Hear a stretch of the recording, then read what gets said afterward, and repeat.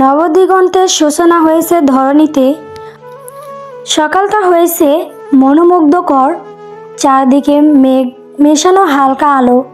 বারান্দার দরজাটা খোলা, সেখান থেকে আলো নির্গত হচ্ছে রুমে। আড়ামোড়া খেয়ে বিছানায় উঠে বসে ফাতিহা। আজ শুক্রবার মানে বাড়িতে চলছে বিশাল আয়োজন। আর আজ ফাতিহাদের বাসায় মেহমান আসবে। ফাতিহার নিজের কোমর সমান চুলগুলো হাত খোপা করে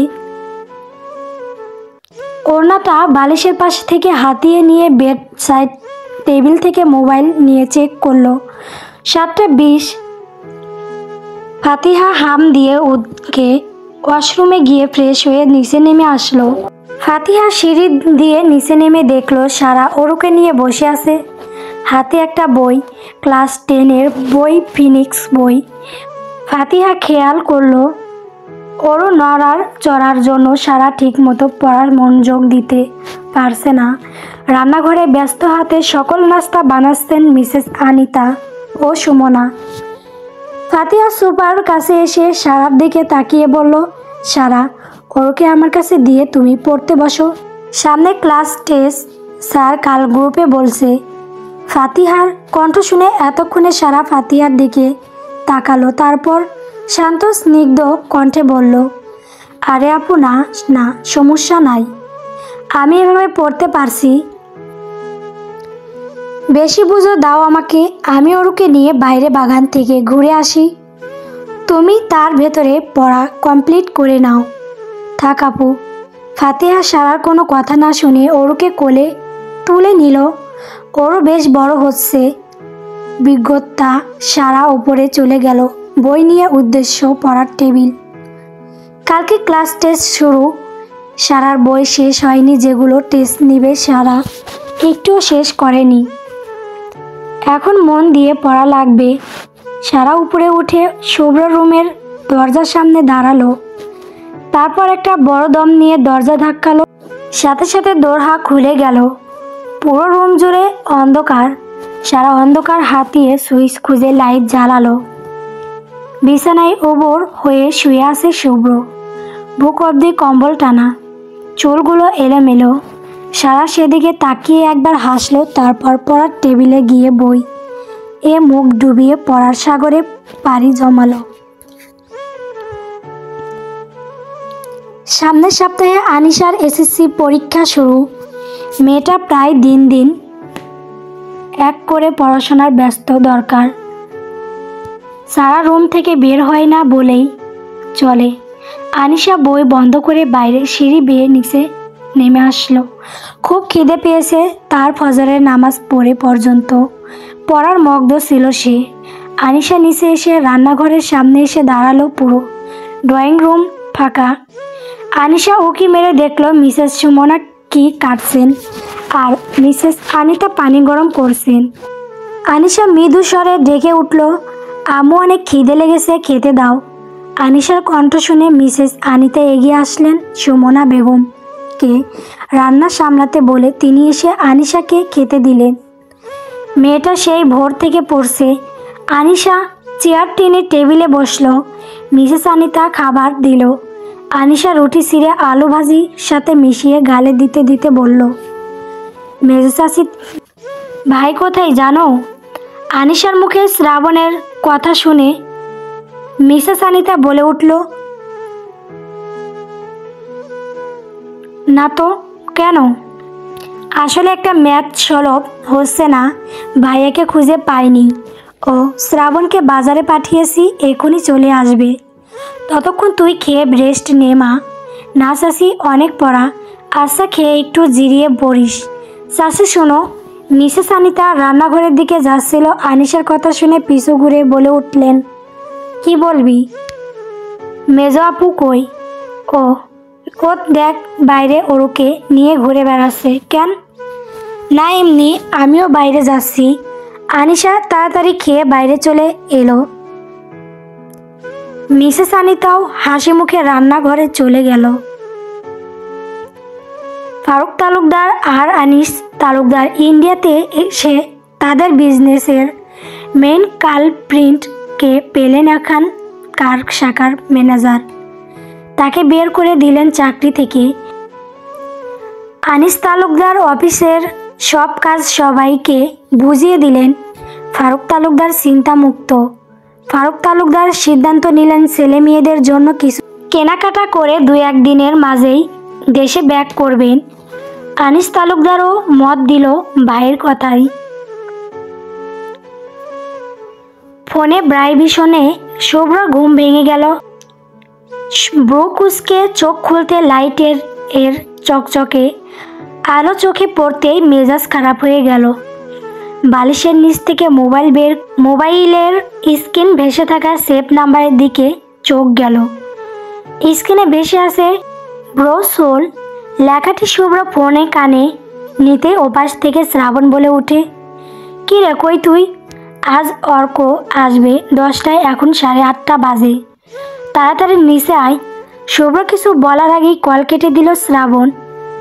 শুভ্র শ্রাবণের সেভ করা নামের দিকে তাকিয়ে হাসল। আসলে শ্রাবণ যখন যেটা চাইতো আকর্ষিত ভাবে শুভ্রের সেটা পছন্দ হয়ে যেত। তবে শ্রাবণ শুভ্রের খুশির জন্য বারবার নিজের পছন্দ ছেড়ে দিত। তবে একসময় একটা পছন্দের জিনিস শুভ্রর কাছ থেকে কেড়ে নেয় শ্রাবণ। তবে শুভ্র কষ্ট দেখে আবার শুভ্রকে দিয়ে নিজে হারিয়ে যায়। সেখান থেকেই নামটা দেওয়া। নামের অর্থ আত্মার ভাই। আচ্ছা, আসলেই কি শ্রাবণ শুভ্রের আত্মার ভাই হওয়ার যোগ্য? যোগ্য, কারণ শ্রাবণ সবসময় নিজের পছন্দ ত্যাগ করে শুভ্রকে খুশি রেখেছে। শুভ্র নিজের উদাম গায়ে একটা টি-শার্ট জড়িয়ে বিছানা থেকে লেবে দাঁড়ালো। চোখ গেল পড়ার টেবিলে, বইয়ে মগ্ন। সারার দিকে চুলগুলো ছেড়ে দেওয়া, আর একটু বড় হলেই মেঝেতে নুয়ে পড়বে। শুভ্র সেদিকে আর না তাকিয়ে তোয়ালে নিয়ে ওয়াশরুমে চলে গেল। ওয়াশরুম থেকে ফ্রেশ হয়ে বেরিয়ে ড্রেস চেঞ্জ করলো, কালো শার্ট আর কালো প্যান্ট, হাতে কালো ফিতের দামি ঘড়ি বেঁধে আয়নায় চুল ঠিক করতে করতে বলে উঠল, পিচি পাখি, আরে আরে না তাকিয়ে পুরোপুরি ঘুরে তাকাও। শুভ্র কথায় সারা লজ্জায় পড়ে গেল। শুভ্র ঘুম থেকে ওঠার পর থেকে সারা বই এর মধ্যে মুখ রেখেই শুভ্র চাল চলন দেখছিল আর চোখে। শুভ্র সারা লজ্জা পাওয়া দেখে বলে উঠে, পিচ্ছি পাখি, কিছু তো খাওয়া হয়নি, নিচে চলো, খেয়ে এসে পড়বা। সারা মিনমিনিয়ে বলল, আমি সকালে নুডলস খেয়েছি, এখন খাবো না, আপনি গিয়ে খেয়ে নেন। শুভ্র সারার কথা শুনে আর কিছু বলল না, কারণ সে জানে ইদানিং সারার জেদ হয়েছে খুব, যা না বলে তা আর হ্যাঁ হয় না। তাই শুভ্র একটা দীর্ঘশ্বাস ফেলে বিছানা থেকে ফোনটা তুলে পকেটে পুড়তে পুড়তে বলে, কোথায় যাচ্ছি জিজ্ঞেস করলে না তো? সারা বই থেকে চোখ সরিয়ে পিছু ঘুরে শুভ্রকে ভালো করে পরখ করে বলে উঠল, আপনি যেখানেই যান না কেন যাওয়ার আগে আমাকে বলে যান, তাই আর জিজ্ঞাসা করলাম না। খুব বুদ্ধি হয়ে গেছে তো, তার মানে বড় হচ্ছ দিন দিন। কোথায় যাচ্ছেন এবার বলেন? আমার ছোটবেলার এক ফ্রেন্ড অর্ক 8 বছর আগে বিদেশ চলে গিয়েছিল পরিবারের সাথে। ওর পরিবার দেশে এসেছে বেশ কয়েক বছর আগে, কিন্তু ও 1 সপ্তাহ আগে ফিরল, তাই আজ এখানে আসবে। সারা শান্ত কণ্ঠে বলল, আপনি একা নিতে যাচ্ছেন? শুভ্র হাতে ঘড়ির দিকে তাকিয়ে তাড়াহুড়ো করব বেরোতে বেরোতে বলে উঠল, পিচ্ছি পাখি, টাইম নেই, আমি আর শ্রাবণ যাচ্ছি।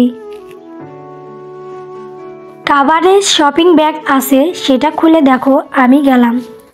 সারা কিছু বলার সুযোগ পেল না। তার আগে শুভ্র রুম থেকে বেরিয়ে গেল। শুভ্র নিচে এসে দেখে সবাই ডাইনিং টেবিলে বসে আছে। মিসেস আনিতা খাবার বেয়ে দিচ্ছে। মিসেস সুমনা সিঁড়ির পাশে অরুকে নিয়ে হাঁটাহাঁটি করছেন। শুভ্র গিয়ে অরুকে কোলে নিয়ে কয়েকটা চুমু খেলো। অরুও নিজের বাবার চেনা মুখটা দেখে হেসে উঠল। শুভ্র অরুকে কোলে নিয়েই খেতে বসলো। 10 মিনিটে খাওয়া শেষ করে অরুকে মিসেস সুমনার কাছে দিয়ে বেসিনে হাত ধোয়ার জন্য এগিয়ে গিয়ে মিসেস আনিতাকে উদ্দেশ্য করে বলে উঠল, আম্মু আজ অর্ক আসছে কিন্তু জানো তো? মিসেস আনিতা সাবলীল ভাবে বলে ওঠে, জানি, ছেলেটার পছন্দের সব রান্না করছি এখন। শুভ্র হাত ধুয়ে টিস্যু দিয়ে হাত মুছে শ্রাবণের সাথে বেরিয়ে গেল অর্ককে নিয়ে আসতে। যদিও অর্ক একাই চলে আসতো, তবে এতদিন পর চিনতে সমস্যা হচ্ছে। প্রত্যেকবারের মতো শুভ্র ড্রাইভিং সিটে বসলো আর শ্রাবণ পাশের সিটে। শুভ্র গাড়ির স্টিয়ারিং ঘুরিয়ে গাড়ি স্টার্ট দিল। গন্তব্য অর্ককে বাস স্ট্যান্ড থেকে নিয়ে আসা। রাহি সকাল থেকে ঘুষাচ্ছে। রিয়ান জিজ্ঞাসা করতেই রাহি বলল, আজকেও হসপিটালে যেতে হবে তাকে। রাহি বর্তমানে হসপিটালে জব করে। রিয়ান বাইক বের করলো নিজের বোন এগিয়ে দেওয়ার জন্য, কিন্তু রাহি নিষেধ করে রিকশায় উঠে চলে গেল। রাহির আজ কোনো কাজ নেই, তবে আজ একজনের সাথে তার দেখা করতে হবে। আসল কিছু সত্যি বের করার জন্য তাকে একটু দৌড়াতে হবে। এগুলো রিহান জানলে রাগ করবে, তাই তাকে বলেনি। রিকশা এসে থামে একটা ক্লিনিকের সামনে। রাহি রিকশা থেকে নেমে ভাড়া মিটিয়ে দিয়ে কথা থেকে একটা মেয়ে দৌড়ে এসে রাহিকে বলে উঠে, গল্প 4 বছরের চুক্তির মা।